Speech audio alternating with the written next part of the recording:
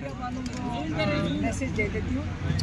यार कैमरा लगा हुआ है, सब्र कर लीजिए। आपसे एक सवाल है, या आप लोग आपस में डिस्कशन पहले कर लो, जब आप मेरे से सवाल होगा मैं फिर उसका जवाब दे दूँ। पहले आप लड़ाई तो नहीं करेंगे आपस में? नहीं सलाह हो गई मैडम। अच्छा देखिए, एक नहीं आपस में नहीं लड़ना। आप देखिए, आप हमारे लिए बहुत ज़रूरी है। आपने अच्छा एक सवाल हम पूछने लगे, क्या इमरान खान इस मुल्क का गद्दार है? नहीं। क्या शाह महमूद कुरैशी इस मुल्क के गद्दार है? नहीं। इस वक्त वो उनके ऊपर 10 साल के जो चार्ज है वो गद्दारी का है। जब हम कोर्ट में बैठते हैं तो आजकल कोर्ट में ये डिस्कस हो रहा है कि क्या वो जो केस के अंदर जज ने क्या कहा और वो लॉयर जो अपॉइंट हुआ था वो क्या कहा, ये सब कुछ छोड़ दें। ये पहले समझना चाहिए ये केस इमरान खान के ऊपर और शाह महमूद के ऊपर हुआ क्यों है। ये इसलिए केस हुआ था क्योंकि ये रिकॉर्ड का हिस्सा है। ये कोर्ट में एक विटनेस के फॉरेन ऑफिस के रिकॉर्ड का हिस्सा है जो कि कह रहे हैं कि अमेरिका में वाशिंगटन में लोग खुश नहीं है कि इमरान खान ने कागज़ जलसे में लहराया है। ये क्लियर हो गया बात। उसके बाद इमरान खान जिसके साथ गद्दारी हुई, जिसकी हुकूमत गिराई गई, उसको आपने और शाह महमूद को जेल में डाल दिया है। किस चार्जेस पे? ट्रीजन के चार्जेस हैं जो 100 साल में अंग्रेज़ों के वक्त में भी नहीं लगाए गए। आप ये इस पे ज़रूर जब आप मीडिया कवरेज करते भी हैं तभी ना ये बात बोलें कि आप एक सवाल पूछें, क्या इमरान खान गद्दार है कि 10 साल कैद में बैठा हुआ है? क्या इमरान खान गद्दार है? उसने क्या कागज़ का कौन सा जुर्म था उस कागज़ के अंदर जो ये चाहते नहीं कि आप सुने, लेकिन जो कुछ उस कागज़ में था वो सारी दुनिया को पता है। दूसरी बात, वही डोनाल्ड लू जिसके हुक्म के ऊपर जिसने पैगाम भेजा था वो जनरल बाजवा को आज अमेरिका में उन्होंने बुला लिया है फॉरेन अफेयर्स कमेटी ने। क्या बात है कि हम अब जनरल बाजवा को, रिटायर्ड जनरल बाजवा को कोर्ट में नहीं बुलाते? बताएं कि नाराज़गी ये है कि जो डोनाल्ड लू ने बाजवा साहब को मैसेज भेजा था इमरान खान ने लोगों को क्यों बता दिया? यही इसकी सज़ा है 10 साल की।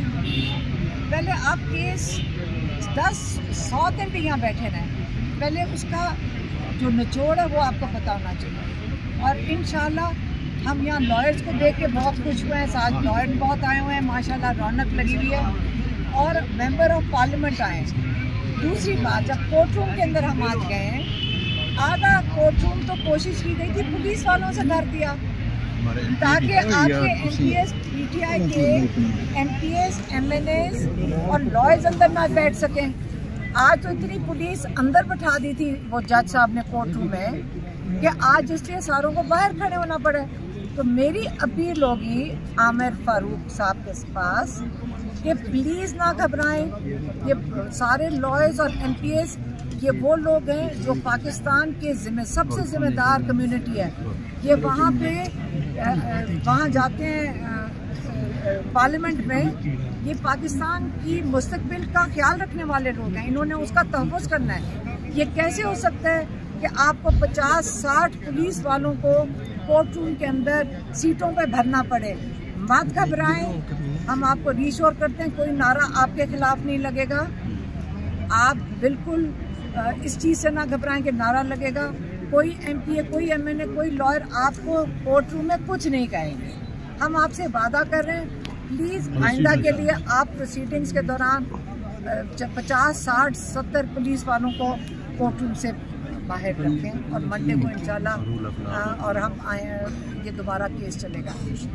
मैम, आज इमरान खान साहब से आपकी मुलाकात भी हुई है, केस भी था, तो खान साहब से क्या बात हुई है आपकी? किस खान साहब जो आजकल का इशू है, हाँ मैं ये बता सकती हूँ कि वो जो लॉयर्स को भी बता रहे थे, उन्होंने ये कहा कि उनको बहुत दुख हुआ है कि जो अफ़गानिस्तान के अंदर और ये पाकिस्तान और इनको लड़ाने की कोशिश जो भी शरपसंद अनासर कर रहे हैं, उसका उनको बहुत दुख हुआ कि हमारे अफ़गानिस्तान, हमारा भाई, मतलब उनके बरादरान ताल्लुकात हैं उनके साथ, अफगानिस्तान के साथ, और हमें इसके ऊपर काम करना चाहिए बनस्बत इसके कि कोई हमें तोड़ने की कोशिश करे आपस में। मैम फ़लस्तीन के हवाले से भी कोई बात हुई है? फ़लस्तीन के हवाले से प्रोपेगेंडा किया जा रहा है। फ़लस्तीन के ऊपर तो इमरान खान ने मीडिया को उधर बता दिया था, इसके ऊपर क्या बात करनी है। आजकल तो पाकिस्तान के साथ भी वही हो रहा है जो फ़लस्तीन में हो रहा है। ये जी अभी हुआ सर